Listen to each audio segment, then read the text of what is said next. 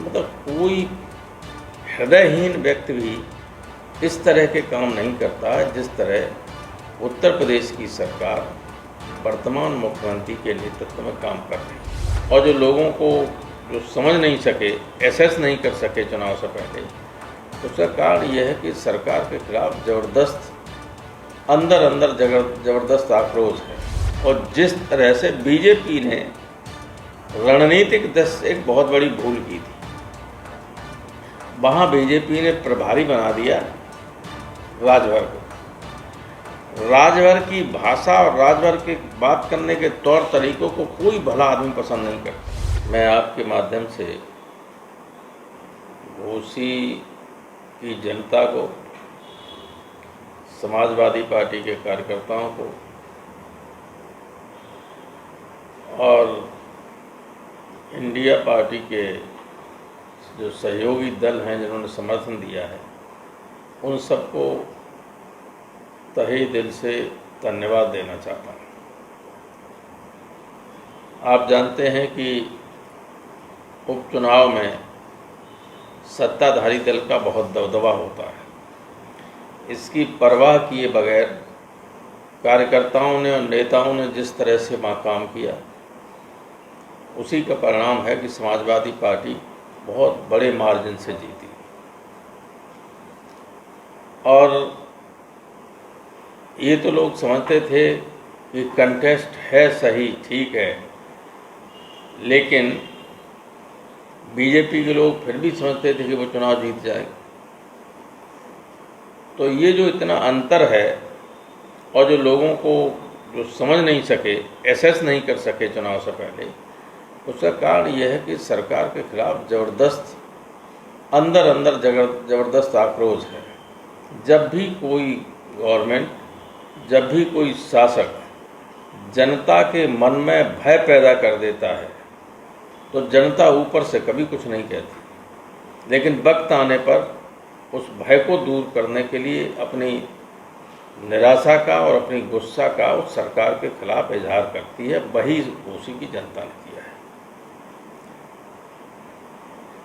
डर, मतलब कोई हृदयहीन व्यक्ति भी इस तरह के काम नहीं करता है जिस तरह उत्तर प्रदेश की सरकार वर्तमान मुख्यमंत्री के नेतृत्व में काम कर रही है। लोगों के घरों को तोड़ना, ज़मीन को कुर्क करा लेना, अकारण लोगों के घरों पर बुलडोजर चलवा देना, फर्जी इनकाउंटर करवा देना, फर्जी मुकदमे लगाकर जेलों में डाल देना, ऐसा देश में आपातकाल में भी ऐसा नहीं कभी हुआ था। आपातकाल में भी पॉलिटिकल लीडर्स को जेल में डाला गया था, लेकिन न जेल में न जेल के बाहर कोई प्रताड़ना किसी की नहीं की गई। जैसे इमरजेंसी हटी, सब अपने घर आ गए निकल के। लेकिन इसमें तो तरह तरह के नए हथकंडे अख्तियार कर लिए, अपना लिए। लेकिन ये भूल जाते हैं कि जो जनता सिंहासन पर बैठालती है, उसी की अगर उपेक्षा करोगे तो सिंहासन से उतार के फेंक देगी। तो लाख कोशिश के बावजूद इन्होंने वहाँ सारी कोशिशें की।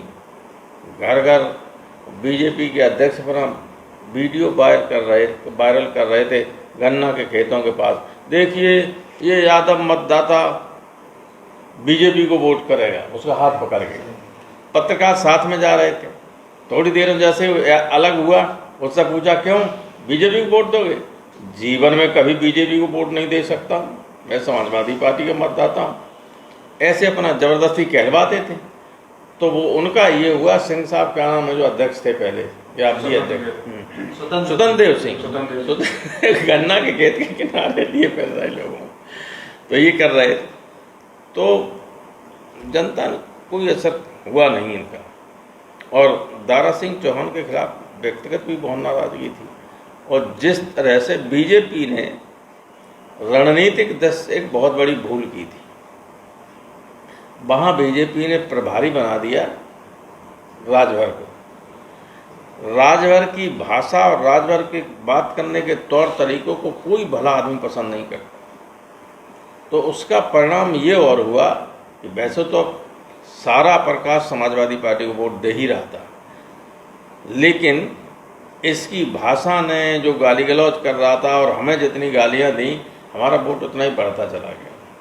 मैं उन्हीं गांव में गया था जहाँ राजभर लोग रहते थे और उन राजभर लोगों ने भी इसको खदेड़ दिया।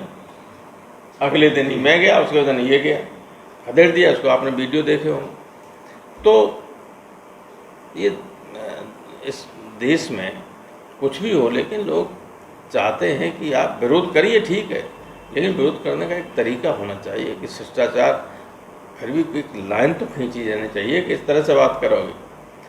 पहले ये करता था, करता था कि बाबा को गाली देता जब हमारी पार्टी में आया, और कितनी भद्दी भाषा में। और वैसे ही इसने कहा कि अगर यहाँ घोसी के उपचुनाव के बाद मैंने अखिलेश यादव को सैफई ने भेज दिया तो अपने माँ बाप से पैदा नहीं। हमसे दिल्ली में पत्रकारों ने पूछा, उसने ये कहा। हमारा कहा भाई साहब, दोगले लोग यही बात कहते हैं। तो अब ये भेज दिया सैफई, तो है ये अपने माँ बाप से पैदा कि नहीं? अब पूछो इससे। तो इस तरह की बातें अगर राजनीति करोगे तो 90% तो आज भी समाज में भले आदमी, उनमें से 10-20% किसी पार्टी से जुड़े होते हैं, 10-20% दूसरी से, तीसरी से, चौथी से, लेकिन 30% लोग ऐसे होते हैं जो किसी पार्टी से नहीं जुड़े होते हैं। वो ये देखते हैं कि क्या हो रहा है, लोग कैसे हैं, और वो जिसको चाहें उसको जिता सकते हैं, जिसको चाहें उसको हरा सकते हैं। तो गाली देने वालों को थोड़ी जिताएंगे, वो उसी के तो पढ़े लिखे लोग हैं।